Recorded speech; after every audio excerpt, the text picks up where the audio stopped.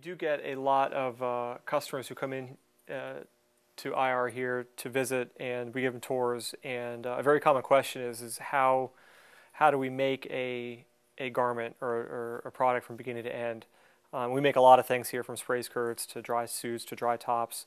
But it's a good question, and it involves a lot of steps, and it usually shows people how much work goes into making a kayaking garment. And I can take you through the steps here, and we can do like the product cycle of, let's say, developing a dry top for kayaking and what it takes from beginning to end.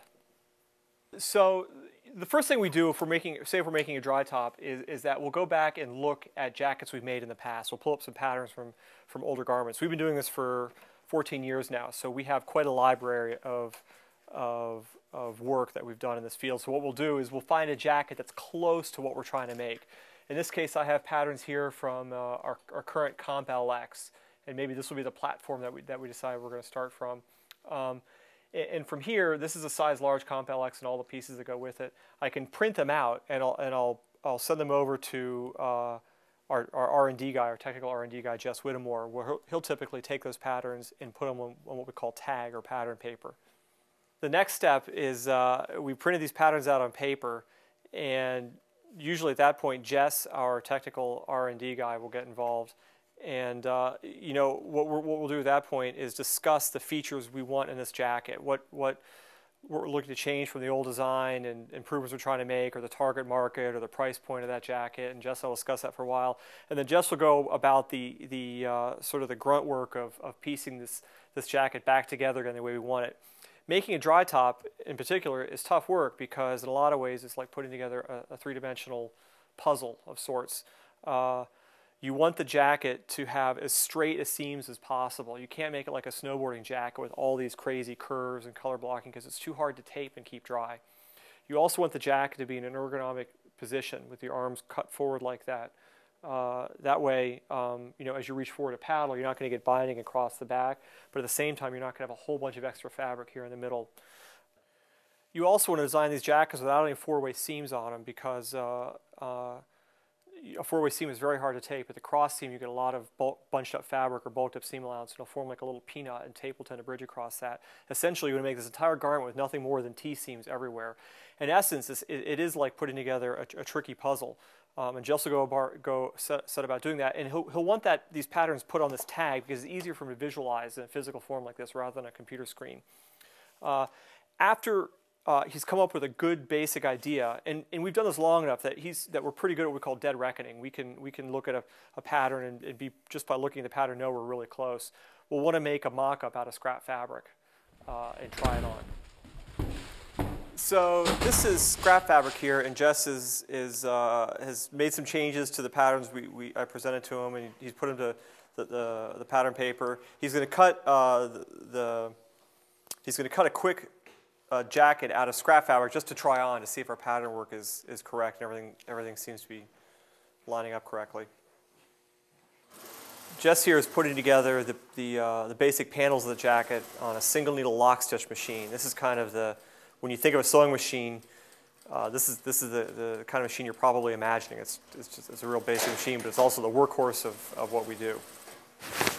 So this is the garment that Jess has just sewn together really quickly using the scrap fabric. And you can tell from looking at this, it's not a finished garment by any means. There's no wrist gaskets or wrist closures here, or neck gaskets or waistband. The idea of this thing right here is just to make sure that our patterns fit properly, that there's no extra material here, that it's not binding in the back, that the neck hole is placed in the right place, it's not too far forward or too far back. And it looks like we're pretty darn close with this thing. The inner tunnel length seems about right. The neck hole is in the right place. And so this garment will get set aside, and we're going to take these patterns and bring the whole process to the next level.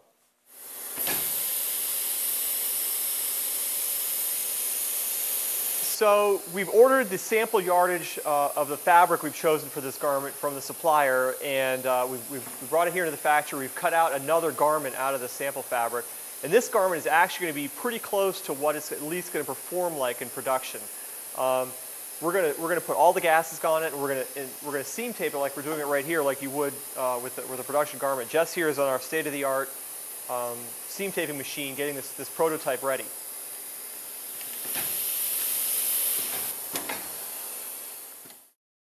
So at this point, we've made a sample out of scrap fabric in size large that fits well, and it looks at least looks like a jacket, the jacket we wanted to make. The next step, and this is actually a very important step, is we need to pick the material or the fabric we're going to use in production for this garment. And this is a very, very challenging thing to do. There are literally thousands of different kinds of fabrics to choose from, and you're looking at not only what the outside of the garment is going to be made out of in terms of abrasion resistance, is it going to be ripstop, is it going to be polyester, is it going to be nylon, but you're also looking at the laminate on the inside. How breathable do you want this garment to be? Do you want it to be more waterproof or more breathable? And then what's, of course, the ultimate price of this garment going to be? These are all things you have to consider when looking at these fabrics. When we've picked a fabric that we like, what we'll do is we'll call the manufacturer of the fabric and order in some sample yardage of it to make a prototype. So Jess has made a working prototype here. It's not pretty. We use whatever fabric the fabric manufacturer sent us, and we made the most of it. The jacket probably doesn't have any logos on it or any of the trim we're going to put on a finished product. What it's going to allow us to do is get this in the hands of an athlete who's really going to put this to the test. A lot of our team athletes paddle every single day, even in the coldest conditions, which is perfect for us because what they can do is almost in a 6-month period of time simulate what a typical consumer may do to a jacket over the course of a year or even 2 years. So assuming that the fabric was still dry and that the athlete liked the overall fit of the garment, maybe made a few tweaks to it, it's time to take this product to production, to really take it to the final step. At this point, all we have is a size large pattern. So the first thing I'm going to do is I'm going to actually digitize this pattern and get it over to my pattern making software program on my computer.